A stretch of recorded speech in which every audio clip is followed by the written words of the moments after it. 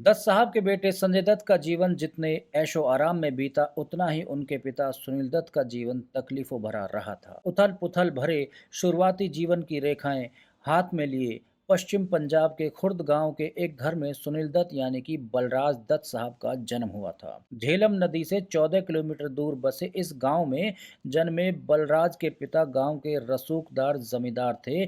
उनका नाम था रघुनाथ दत्त। गांव में लोग उन्हें दीवान साहब के नाम से पुकारते थे। बड़े दिल वाले दीवान साहब। लंबे चौड़े कद काठी वाले रघुनाथ जी अक्सर सुबह अपने कर्मचारियों से बातचीत करने और अपनी जमीन को देखने के लिए घर से निकल जाते थे। तमाम बैठकी भरे दिन के बाद रघुनाथ जी घर लौटकर अपने परिवार के साथ समय बिताते थे।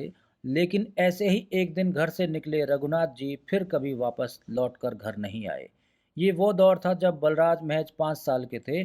उस दिन घर के बाहर खेल रहे बलराज और उनकी छोटी बहन रानी ने अचानक अपनी दादी के चीखने की आवाज सुनी। ऐसे में जब तक लोग आने वाली चीख की तरफ भागते, तब तक सामने से दादी तेजी से भागती हुई बलराज के पास आ गई। उन्होंने फटाफट नन्हे बलराज को एक तांगे में बिठाया और उनसे बस इतना ही बताया कि उनके पिता को कुछ हो गया है, उन्हें ढूंढने जा रहे हैं। एक 5 साल का बच्चा क्या ही कुछ समझेगा। हाँ, बस इतना समझ रहा था कि उसकी दादी बदहवास होकर रोई जा रही थी। इसी बीच गांव के एक चाय की दुकान पर लोगों की भीड़ जमा हो रखी थी। पास जाने के बाद समझ आया कि भीड़ किसी आदमी को घेरे हुए है जो जमीन पर निस्तेज पड़ा हुआ है।